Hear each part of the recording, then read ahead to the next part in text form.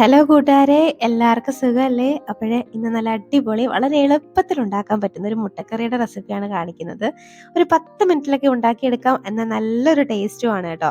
എന്നാൽ എങ്ങനെയാണ് ഉണ്ടാക്കുന്നത് കണ്ടു നോക്കാം. അതിനു മുന്നേ ഈ ചാനൽ ഇതുവരെ സബ്സ്ക്രൈബ് ചെയ്ത ആരെങ്കിലും കാണുന്നുണ്ടെങ്കിലേ പ്ലീസ് ഒന്ന് സബ്സ്ക്രൈബ് ചെയ്ത് സപ്പോർട്ടോടെ ചെയ്തേക്കണേ. അപ്പോഴേ ഇത് ഉണ്ടാക്കാൻ വേണ്ടി ആദ്യം ഒരു ബൗളൊന്ന് എടുത്തിട്ട് ഒരു 3 മുട്ട ഞാൻ എടുക്കുന്നുണ്ടേ. അപ്പോൾ മുട്ടയൊക്കെ നിങ്ങളുടെ പാകത്തിനനുസരിച്ച് ഒക്കെ ചേർക്കാം കേട്ടോ.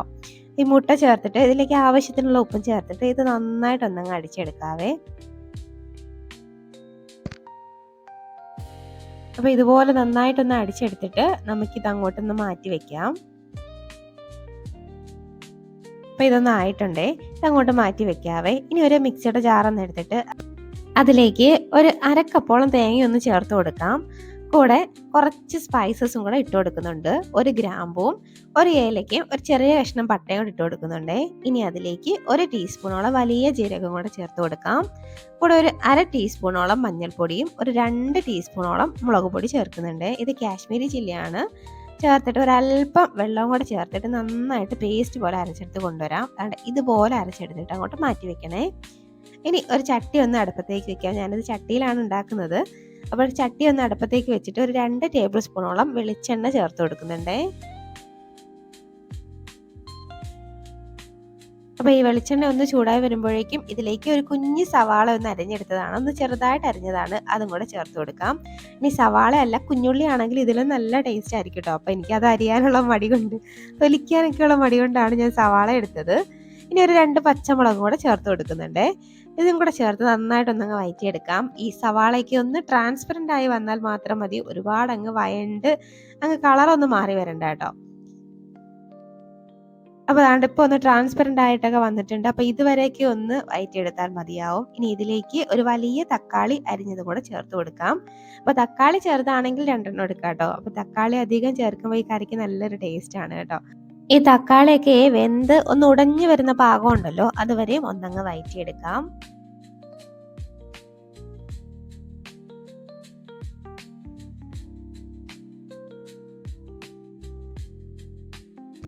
ഇപ്പം അതാണ്ട് തക്കാളിയൊക്കെ അത്യാവശ്യം ഒന്ന് വെന്ത് ഒന്ന് ഉടഞ്ഞു വരുന്ന പാകമൊക്കെ എത്തിയിട്ടുണ്ട്. അപ്പം ഇതുവരേക്ക് ഒന്ന് വഴറ്റിയാൽ മതിയാവും. ഇനി ഇതിലേക്ക് ഒരു 1.5 കപ്പോളം വെള്ളം ഞാൻ ചേർക്കുന്നുണ്ട്. അപ്പം ആദ്യം 1 കപ്പ് വെള്ളം ഒന്ന് ഒഴിച്ചു കൊടുത്തിട്ട് നന്നായിട്ടൊന്നങ്ങ് മിക്സ് ആക്കി എടുക്കുന്നുണ്ട്. അപ്പം ഇതുപോലെ നന്നായിട്ടൊന്നങ്ങ് മിക്സ് ആക്കിയിട്ട് ഇനി ഒരു 1/2 കപ്പ് വെള്ളം കൂടെ ഒന്ന് ചേർത്ത് കൊടുക്കുന്നുണ്ട്.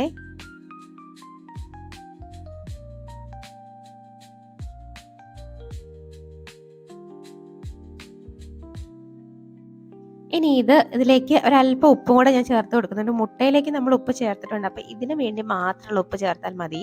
ചേർത്തിട്ട് നന്നായിട്ട് ഒന്നും കൂടെ അങ്ങ് മിക്സ് ആക്കിയിട്ട് ഇതൊന്ന് തിളപ്പിക്കണം. അപ്പോൾ ഇതൊന്ന് തിളച്ച് വരുന്നവരെയും ഒന്നങ്ങ് വെയിറ്റ് ചെയ്യാം.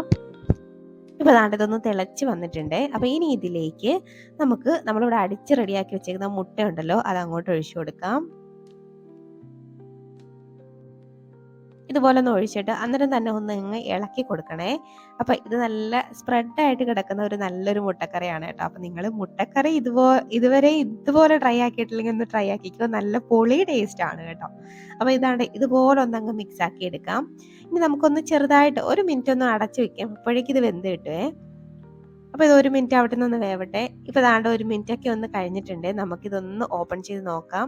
മുട്ടയൊക്കെ അത്യാവശ്യം ഒന്ന് വെന്ത് വന്നിട്ടുണ്ട്. ഇത് ഒരുപാട് അങ്ങ് വേവണ്ട, അത് നല്ലൊരു ഫ്ലഫി ആയിട്ട് നല്ലൊരു കുറച്ച് സോഫ്റ്റ് ആയിട്ട് ഇരിക്കണം കേട്ടോ. അങ്ങനെ ഇരിക്കുമ്പോഴാണ് ഈ മുട്ടക്കറിക്ക് നല്ല ടേസ്റ്റ്.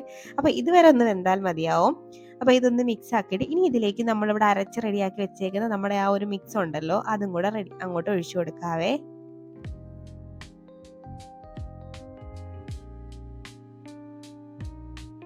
ഇനി ആ മിക്സിയുടെ ജാറ് കഴുകിയിട്ട് ഒരല്പം വെള്ളം കൂടെ ഞാനൊന്ന് ചേർക്കുന്നുണ്ട്. ഇതൊരു 3/4 കപ്പോളം വെള്ളം ഉണ്ടാവും. ഇത് ചേർത്തിട്ട് നന്നായിട്ട് ഒന്നും കൂടെ അങ്ങ് മിക്സ് ആക്കി എടുക്കാം.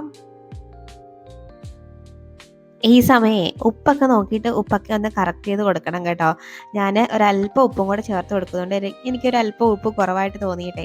ഇനി ഒന്നും കൂടെ ഒന്നങ്ങ് മിക്സ് ആക്കിയിട്ട് നമുക്കിതൊന്ന് നന്നായിട്ടൊന്ന് തിളപ്പിച്ചെടുക്കാം കേട്ടോ. അപ്പോൾ ഞാനിതിലേക്ക് ഒരല്പം കറിവേപ്പിലയും കൂടെ ഒന്ന് ചേർത്ത് കൊടുക്കുന്നുണ്ട്. നിങ്ങൾക്ക് മല്ലിയിലയാണ് ഇഷ്ടമെങ്കിൽ അത് ചേർത്താലും മതിയാവും. ഇനി ഒരല്പം കറിവേപ്പിലയും കൂടി ഇട്ട് കൊടുത്തിട്ട് നന്നായിട്ട് ഒന്നും കൂടെ അങ്ങ് തിളപ്പിച്ചെടുത്താൽ നമ്മുടെ അടിപൊളി മുട്ടക്കറി ഇവിടെ റെഡിയാവും കേട്ടോ. ഇപ്പൊ ദാണ്ടെ ഒന്ന് റെഡി ആയിട്ടുണ്ട്. ഒരുപാട് നേരം ഇട്ട് അങ്ങ് തിളപ്പിക്കരുത്. ഒരു 1, 2 തിള മതിയാവും ട്ടോ. അപ്പോഴേക്കും ദാണ്ടെ അടിപൊളിയായിട്ട് നമ്മുടെ മുട്ടക്കറി ഇവിടെ റെഡി ആയിട്ടുണ്ട്. ഇത് ദോശയുടെ കൂടെയോ ചപ്പാത്തിയുടെ കൂടെയോ ചോറിൻ്റെ കൂടെയോ ഒക്കെ കഴിക്കാൻ പറ്റുന്ന ഒരു മുട്ടക്കറിയാണ് കേട്ടോ. അപ്പോൾ നമുക്കിത് ചൂടോടെ തന്നെ അങ്ങ് സെർവ് ചെയ്യാം. അപ്പം മുട്ടക്കറി ഇതുവരെ ഇങ്ങനെ ട്രൈ ആക്കിയിട്ടില്ലെങ്കിൽ ഒന്ന് ട്രൈ ആക്കി നോക്കൂ. ഇഷ്ടമാവുകയാണെങ്കിലേ കമന്റ് ബോക്സിൽ വന്ന് അഭിപ്രായം പറയണേ. അപ്പോഴേ ഇനിയൊരു റെസിപ്പിയുമായിട്ട് വീണ്ടും കാണാം. അതുവരേക്കും ബൈ. Thanks for watching.